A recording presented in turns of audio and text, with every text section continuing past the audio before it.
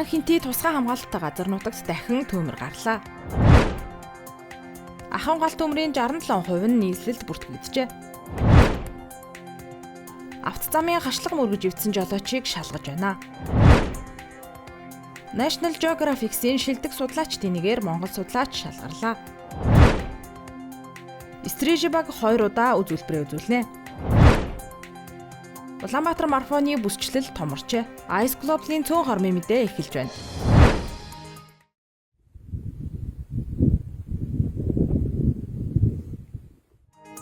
Сэлэнг аймгийн Евросомын буурагчин 20 дугаар баг Хан Хинтий тусгай хамгаалалттай газар нутгийн Хэрийн гол гэдэг хэсэгт ой хэрийн төмөр бүртгэгджээ. Төмрийг сансрын хиймэл дагуулын системээр илрүүлсэн байна. Он гарсаар улсын хэмжээнд бүртгэгдээд байгаа 91 төмрийн 5.5%-ийг тус системээр илрүүлж цааш тархаас нь урьдчилан сэргийлж чаджээ.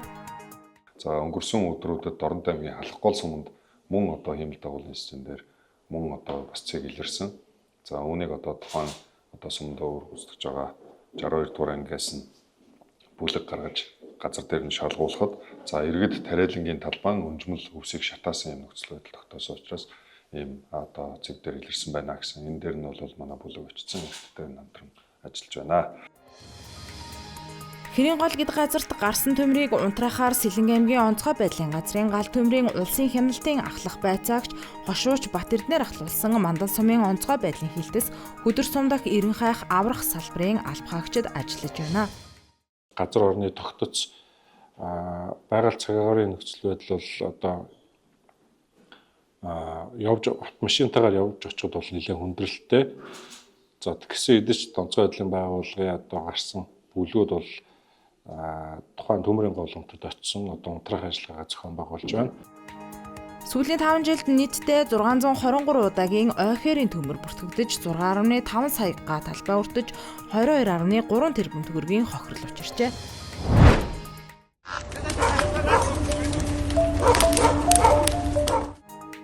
Улсын хэмжээнд өнөөдрийн байдлаар 2149 объектын буюу ахын гал төмөр бүртгэгдээд байна.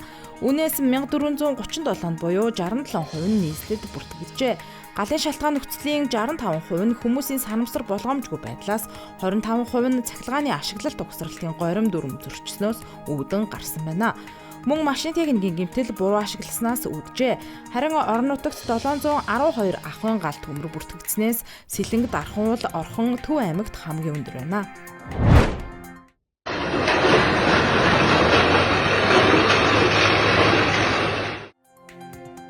Автозамын хашлаг мөргөж эвдсэн жолоочийг шалгаж байна. Тодорхойлбол өнөө өглөөний 8 цагийн үед Хаанвал дүүргийн 8 дугаар хороо Сонсголонгийн гүрний урд замд ачааны машин автозамын барилга байгууламжуулах хашлаг мөргөн эвдрэл учруулсан байна.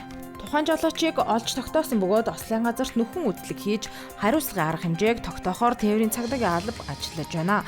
Жолооч нар энэ мэтээр хөдөлгөөнд оролцох үедээ жин тонн хэтрүүлэх, замын байгууламжид эвдрэл үүсгэх, хуцлаггүй ачаа тээвэрлэх, замын зорчих хэсгийг бохирдуулах, шороо болон зуурмаг асгах зэрэг зөрчил түгээмэл гаргадаг. Үүнд хууль заасны дагуу хариуцлага оногдуулдагч засвар арчлалтын хөрөнгийг нийслэлийн замын сангаас гаргаж засварладаг байна. Өөрөөр хэлбэл татвар төлөгчдийн мөнгө үүнд зарцуулагддаг байна. National Geographic-ийн энэ оны залуу судлаачийн нэгээр Зэрлэг амтан судлах хамгаалах төвийн судлаач Чулуунбатын Баярмаа шалгарлаа. National Geographic түүнийг хамтын ажиллагаанд тулгуурлан хүний болон амьтны ашиг сонирхлыг тэнцвэржүүлэх шийдлийг эрэлхийлэх судлаач хэмээн танилцуулжээ. Үүгээр тэрээр National Geographic-ийн 137 жилийн түүх бүхий судлаачны сүлжээнд багтсан манай улсын 6 дахь судлаач болж байна. Тэрээр байгаль гайхалтай сайхны зэрэгцээ маш эмзэг гэдгийг мэдэрч өсчээ. Тиймээс энэхүү үзэсгэлэнт ертөнц хүний оролцоогүйгээр оршин тогтнож чадахгүйг ойлгож байгальтай ойр амьдардаг хүмүүс их дэлхийгээ хамгаалахад онцгой үүрэгтэй гэдэгт итгэдэг нэгэн гинэ.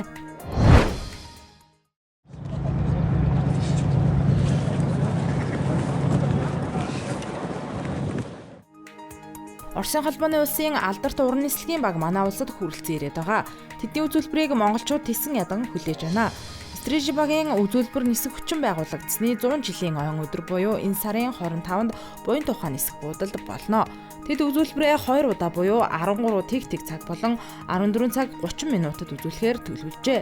Мөн нислэгийн үзүүлбэрийг дагалдан олон сонирхолтой үйл ажиллагааг төлөвлөж байна. Улаанбаатар марафон энэ сарын 24 буюу Бямб гарагт болно. Өнгөрсөн жилүүдэд баруун дөрвөн замаас зүүн дөрвөн зам хүртэл хаадаг байсан бол энэ жил автомашин бие бүсчлэл томорчээ. Тиймээс тухайн өдөр марафонд хаанаас хэрхэн оролцох хийгээд нарийн мэдээлэлтэй гадагш гарах шаардлага тулгарч байна.